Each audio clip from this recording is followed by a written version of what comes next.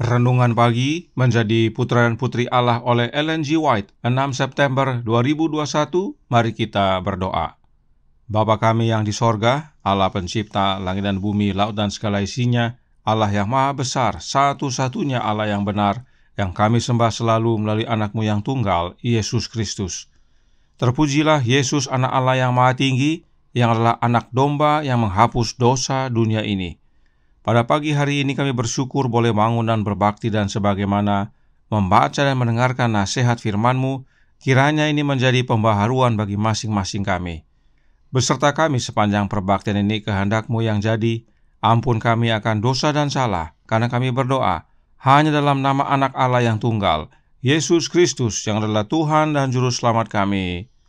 Amin. Renungan hari ini akan dibacakan oleh Ibu Oktolina Siregar. Silahkan, Ibu Lina. Terima kasih. Selamat pagi, saudaraku yang terkasih dalam Tuhan Yesus Kristus. Bacaan renungan pagi kita pada hari ini, tanggal 6 September tahun 2021, berjudul Kelakuan yang baik di rumah memengaruhi orang lain. Ayat inti terdapat di dalam 1 Tawarik 19 ayat 13. Firman Tuhan, "Kuatkanlah hatimu dan marilah kita menguatkan hati untuk bangsa kita dan untuk kota-kota Allah kita. Tuhan kiranya melakukan yang baik di matanya." Juru Selamat dunia menyukai anak-anak dan orang muda memberikan hati mereka kepadanya. Sampai akhir masa kanak-kanak dan masa muda, mereka akan ditemukan murid-murid yang setia dari Tuhan kita. Di tahun-tahun awal usiamu pun, engkau boleh menjadi berkat dalam rumah tangga. Bahkan melalui anak-anak dan orang muda, cahaya kehidupan dapat menyinari mereka yang duduk dalam kegelapan. Maka berjaga dan berdoalah, dan dapatkan pengalaman pribadi dalam hal-hal Allah. Orang tuamu mungkin mengajari engkau. Mereka mungkin mencoba membimbing kakimu ke jalan yang aman. Tetapi tidak mungkin bagi mereka untuk mengubah hatimu. Engkau harus memberikan hatimu kepada Yesus dan berjalan dalam cahaya kebenaran yang berharga yang telah Dia berikan kepadamu. Dengan setia memikul tugas-tugasmu dalam kehidupan rumah tangga, dan melalui kasih karunia Allah, engkau dapat tumbuh menjadi sosok yang penuh dari apa yang akan dimiliki seorang anak Kristus di dalam Dia. Di masa kanak-kanak dan remaja, engkau mungkin memiliki pengalaman dalam pelayanan kepada Allah. Lakukan hal-hal yang engkau tahu benar. Patuhlah kepada orang tuamu. Dengarkan nasihat mereka, karena jika mereka mengasihi dan takut akan Allah, mereka bertanggung jawab untuk mendidik, mendisiplin, dan melatih jiwamu untuk kehidupan abadi. Dengan bersyukur, terimalah bantuan yang ingin mereka berikan kepadamu, dan buat hati mereka senang oleh menyerahkan dirimu dengan riang kepada pertimbangan mereka yang bijaksana. Dengan cara ini, engkau akan menghormati orang tuamu, memuliakan Tuhan, dan menjadi berkat bagi mereka yang engkau kenal. Kita ingin supaya anak-anak dan orang muda bahagia dalam kehidupan ini, dan membawa semua yang membuat surga diinginkan. Tempat kedamaian dan kebahagiaan ke dalam kehidupan rumah tangga. Latihlah dirimu untuk berperilaku baik di rumah, memiliki rasa takut akan Allah di hadapanmu, dan akan menjadi kebiasaan untuk berlaku baik ketika jauh dari rumah. Biarlah dihargai, kasih, damai sejahtera, dan kesopanan Kristen, maka malaikat-malaikat akan menjadi tamu istimewa di rumahmu. Demikianlah bacaan renungan pagi kita pada hari ini. Terima kasih, Tuhan Yesus memberkati. Terima kasih atas penata layanan Ibu Lina. Tuhan Yesus memberkati. Selamat pagi, saudaraku dalam Tuhan. Adakah kita bisa berkelakuan yang baik di rumah kita dengan kekuatan diri kita sendiri? Tentu tidak bisa. Kalaupun hari ini mungkin ada, besok belum tentu. Kalaupun saat ini bisa, beberapa jam kemudian berubah. Oleh karena itu, renungan hari ini berkata dalam Menjadi Putra dan Putri Allah halaman 265 paragraf 2 yang berbunyi, "Engkau harus memberikan hatimu kepada Yesus dan berjalan dalam cahaya kebenaran yang berharga yang telah Dia berikan kepadamu." Untuk dapat menjadi orang yang berkelakuan baik di rumah, kita harus memberikan hati kita kepada Yesus. Kenapa harus memberikan hati kita kepada Yesus? Perhatikan, bila kita memberikan hati kepada Yesus, maka kita berjalan dalam cahaya kebenaran yang berharga. Apakah cahaya kebenaran tersebut? Fundamentals of Christian Education halaman 532 paragraf 1 menjelaskan, dengan Roh Allah atas kita harus membawa terang kebenaran ke jalan raya dan jalan-jalan kecil agar keselamatan Allah dapat dinyatakan dengan cara yang luar biasa. Ada hubungannya antara Roh Allah dengan terang kebenaran atau cahaya kebenaran. Karenanya saat kita memberikan hati kita kepada Yesus, maka kita berjalan dalam terang kebenaran, yaitu kehadiran Roh Allah. Sebab memang saat kita menerima Kristus, kita menerima Bapanya, yang adalah satu-satunya Allah yang benar. Karena Allah Bapa di dalam Anaknya, dan Anaknya di dalam Bapanya, lalu Bapa dan Anak di dalam umat-umatnya. Namun demikian, hal ini tidak dapat dipaksakan. Roh Nubuat menjelaskan dalam The Youth Instructor tanggal 17 Agustus tahun 1893 paragraf 2 yang berkata, Tuhan Yesus datang ke dunia kita dengan penuh rahmat, kehidupan dan terang, siap untuk menyelamatkan mereka yang harus datang kepadanya. Tapi, Dia tidak bisa menyelamatkan siapapun yang bertentangan dengan keinginannya. Allah tidak memaksa hati nurani. Dia tidak menyiksa tubuh sehingga Dia dapat memaksa orang untuk mematuhi hukum-Nya. Semua pekerjaan ini mengikuti perintah setan. Sebagai informasi, renungan hari ini bersumber dari artikel yang sama. Karenanya, meski dikatakan kita harus menyerahkan hati kita kepada Yesus dan berjalan dalam terang kebenaran, tetapi hal itu bukanlah paksaan. Sebab Allah Bapa dan Yesus Kristus tidak memaksa. Sifat suka memaksa adalah pekerjaan setan. Karenanya, jika ada yang disebut dengan kebenaran, tapi dipaksakan kepada umat, bahkan umat ditekan dan ditakut-takuti, maka itu bukan kebenaran, sebab itu berasal dari setan. Yesus saja yang datang untuk selamatkan kita, tidak memaksakan keselamatan yang Dia telah bawa. Pilihan ada pada masing-masing kita. Roh Nubuat melanjutkan dalam The Youth Instructor tanggal 17 Agustus tahun 1893 masih dalam paragraf 2 yang berkata, melalui kepausan, setan telah melaksanakan keputusannya dengan memaksa manusia untuk menyetujui kehendaknya, dan dengan cara ini akan berusaha untuk membatasi kebebasan beragama. Suatu pernyataan yang menarik, sebab ini masih dalam artikel yang sama dengan kutipan yang kita sudah baca tadi, bahwa Allah tidak memaksakan kebenaran dan keselamatan. Pemaksaan adalah cara setan.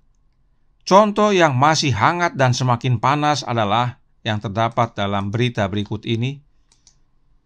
Berita ini dikeluarkan oleh Vatican News tertanggal 18 Agustus tahun 2021, di mana Paus Fransiskus mendesak orang-orang untuk mendapatkan vaksinasi terhadap COVID-19. Berita ini menyatakan Paus Fransiskus melanjutkan dengan mengatakan bahwa mendapatkan suntikan COVID yang diotorisasi oleh masing-masing penguasa adalah tindakan kasih. Membantu orang lain melakukan hal yang sama, katanya, juga merupakan tindakan kasih. Kasih untuk diri sendiri, kasih untuk keluarga dan teman kita, dan kasih untuk semua orang. Kasih juga adalah sosial dan politik. Berdasarkan pernyataan Paus ini, maka mereka yang menolak vaksin adalah orang-orang yang tidak memiliki kasih dan tidak menghargai penguasa atau pemerintah. Mengapa hal ini penting kita ketahui? Karena inilah cara dan pola pemaksaan setan. Setan melakukan propaganda cipta opini dan atau pembentukan opini yang membuat orang banyak setuju dengan ide-idenya. Lalu nantinya orang-orang banyak tersebut dan atau dunia yang akan menekan, memaksa, dan bahkan mengancam mereka yang menolak ide-idenya. Pola-pola seperti ini jangan dibawa ke rumah tangga kita. Kalaupun kita pernah melakukannya dahulu, melalui pekabaran hari ini, mari kita tinggalkan cara-cara setan ini. Roh Nubuat menjelaskan dalam The Youth Instructor April 14 tahun 1886 paragraf 2 yang berbunyi, rumah adalah tempat untuk mempraktekkan penyangkalan diri dan perhatian kepada setiap anggota keluarga. Demikianlah dengan keluarga di sorga.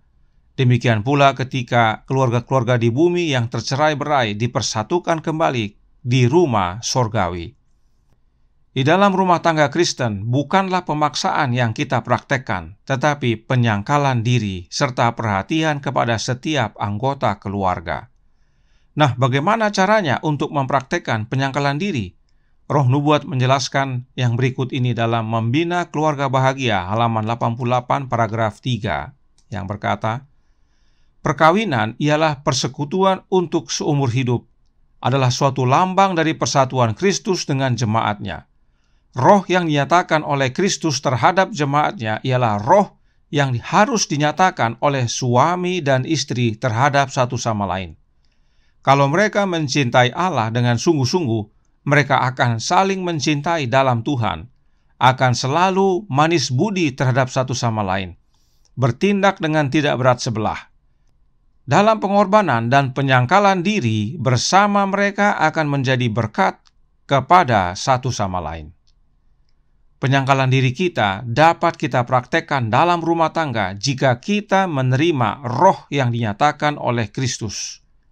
Roh manakah yang Yesus nyatakan kepada jemaatnya dan harus dinyatakan oleh suami istri dalam rumah tangga?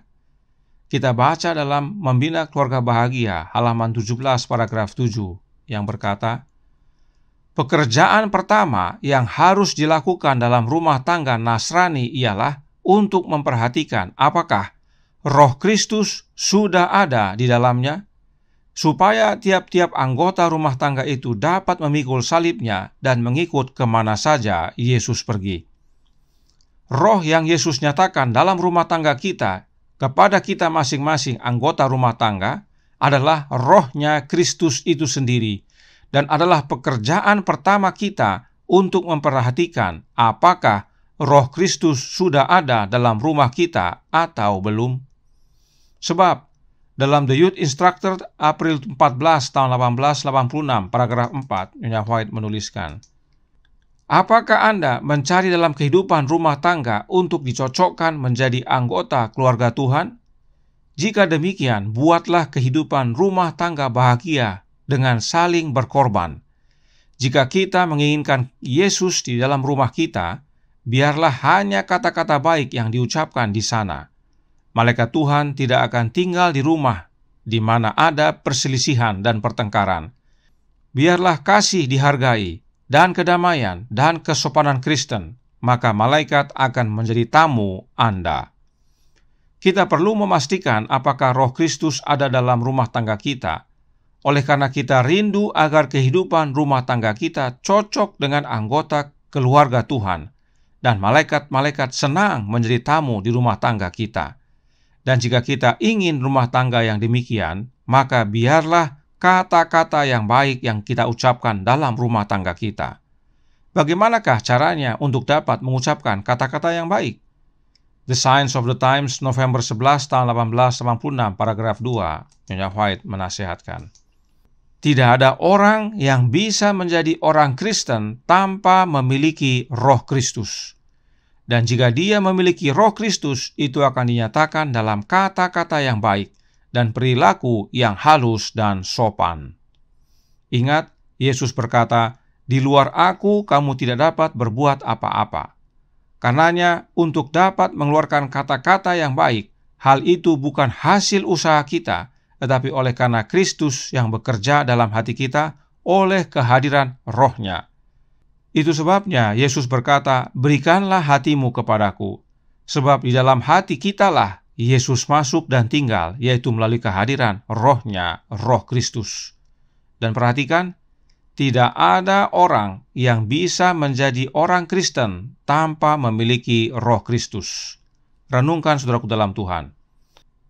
Karenanya, mau berkelakuan baik di rumah dan menjadi pengaruh yang baik bagi sesama, mau memiliki roh penyangkalan diri, mau mengeluarkan kata-kata yang baik dalam rumah tangga kita, hanya satu caranya, yaitu miliki Roh Kristus dalam hati kita, maka kita akan diubahkan menjadi manusia baru di dalam Yesus. Tuhan memberkati, saya bawa dalam nama Yesus. Amin. Mari kita berdoa. Bapa kami yang di sorga, Allah pencipta langit dan bumi, laut dan segala isinya, Allah yang maha besar, maha kuasa, sumber segalanya, yang kami sembah selalu melalui anak-Mu yang tunggal, Yesus Kristus. Terima kasih nasihat indah pagi hari ini, agar kami menghidupkan kehidupan Kristus melalui kehadiran Roh-Nya. Kami menjadi umat-umat Tuhan yang memberikan kelakuan baik di rumah, mempengaruhi orang lain di rumah dengan perilaku-perilaku yang baik.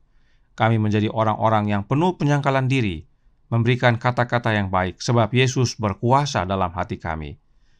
Oleh karena itu, tolong kami ya Bapa, curahkan roh anak-Mu dalam hati ini, kehendak-Mu yang jadi. Ampun kami akan dosa dan salah, karena kami berdoa hanya dalam nama anak Allah yang tunggal, Yesus Kristus, yang adalah Tuhan dan Juru Selamat kami. Amin.